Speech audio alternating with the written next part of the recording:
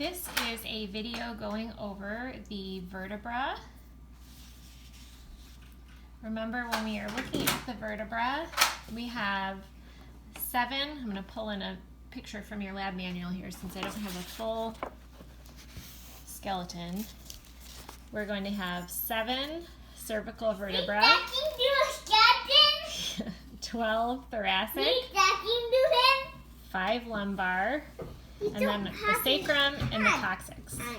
So your book gives you a memory device of saying we have breakfast at 7, lunch at 12, dinner at 5, and then 2 snacks in the evening.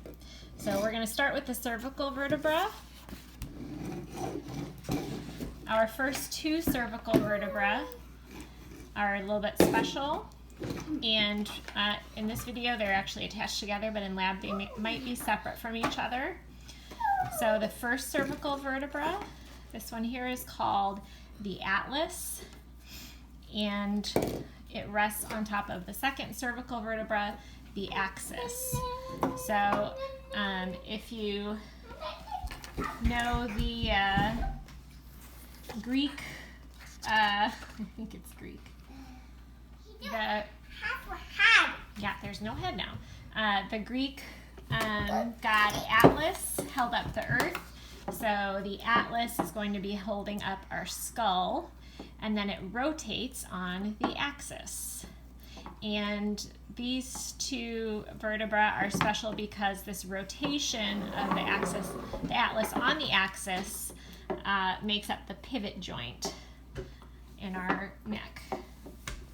So when we're looking at the atlas, the structure you need to be able to identify on the atlas is what's labeled as 3 here, which is our superior articular facet. And this is where those occipital condyles from our skull are going to rest. So our skull is going to rest right here on this superior articular facet. Then this canal through the center of the vertebra is the vertebral foramen. And then in our cervical vertebra, we also have a canal on either side, which are our transverse foramen. And then when we're looking at the axis, so the second cervical vertebra on the bottom, we have this structure here that the atlas is going to pivot around, and that is called the dens process or the odontoid process. So those are the structures you need to be able to identify on the atlas and axis, and you need to be able to find the atlas and axis and identify them. For the rest of our cervical vertebra, structures that you need to be able to know, once again, that vertebral foramen and the transverse foramen. In these models I have a pipe cleaner going through them. Only the cervical vertebra have this transverse foramen. So that's one way, if you're looking at the vertebra, to identify which section of the spine it's from. Don't touch that. Don't touch that. Stop. Other structures you need to be able to identify on the cervical vertebra. We have the superior articular facet here on either side. We have the body of the vertebra here. Another view here. So this area, this whole structure here, is the body of the vertebra. Then we have the spinous process. Another view of that. So our spinous process here.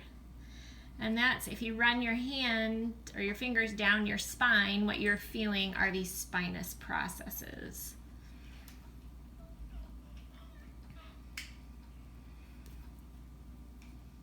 Next, we're going to be moving down the spine to the thoracic and lumbar vertebra. So your book has a good little memory device to help you kind of distinguish between the thoracic and the lumbar vertebra. When you look at a lateral view, they say the thoracic vertebra looks like a giraffe, and the lumbar vertebra looks like a moose which I think is an easy way to distinguish between them if you get a really good representative vertebra. And when you're looking at them, trying to orient where these are in your body, if you don't have a skeleton to compare to, remember these spinous processes, the nose of our animals, this is going to be posterior. So this is when you run your fingers down your spine, what you're feeling. Okay. And then if you pick one up and you're looking at it and you don't know, well, which way does it go? If you're imagining them as an animal, the nose is pointing down. So the spinous process points caudally, points down. So structures on these, once again, we have the body of the vertebra on both of them. You can see on the lumbar, the body is wider and thicker. We have the spinous process again on both of these, kind of the nose of our creatures here. The walls that make up the sides of our vertebral canal are called the pedicles. So on either side here, we have the pedicles. It's labeled with number 4 here, but so these are our pedicles. And then the roof of the vertebral canal here is made up of the lamina. So the roof here, the lamina.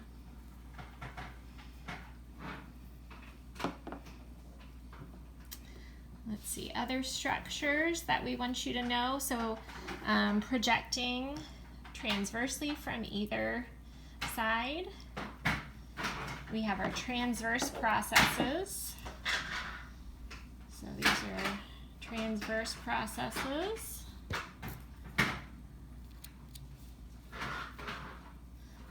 And both of those. And we already mentioned the spinous process is our big nose.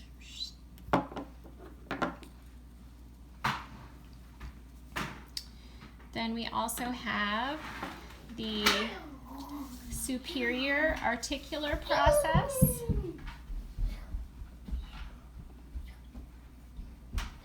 So this guy,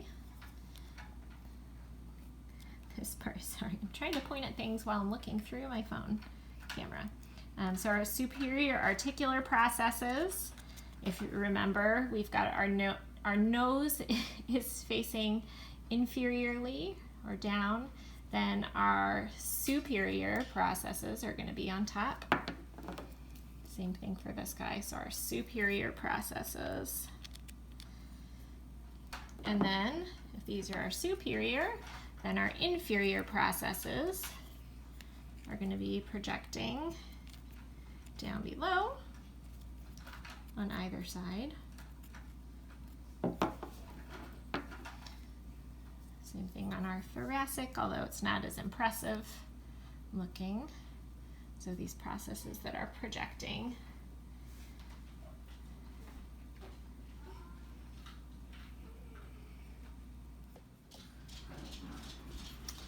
And then on our thoracic vertebra, because these vertebrae are where some of our ribs will be attaching, we have this little structure labeled 9 is the inferior costal facet. And then up above here, if you use your imagination, would be the superior costal facet. So make sure you look in lab at the full skeleton so you can see where the ribs are going to be attaching at those costal facets. And then our lumbar vertebra will not have those costal facets. I think that we have gone over all the structures that we need to know for the lumbar vertebra here. now we are moving on to the sacrum and coccyx. So some of the models in lab, these are broken apart, and some they are fused together. So this portion here, from here to here, is the sacrum, and then this portion labeled number 6 is the coccyx. And structures you need to identify here, these holes on either side are our sacral foramina. Then this kind of ridge of bone located medially is the median sacral crest. You can kind of appreciate how it makes a ridge. And then this is a model, so we don't truly have a canal, but if you imagine here, there's a hole. This would be the sacral canal. And those are the structures that you're being asked to identify on the sacrum and coccyx.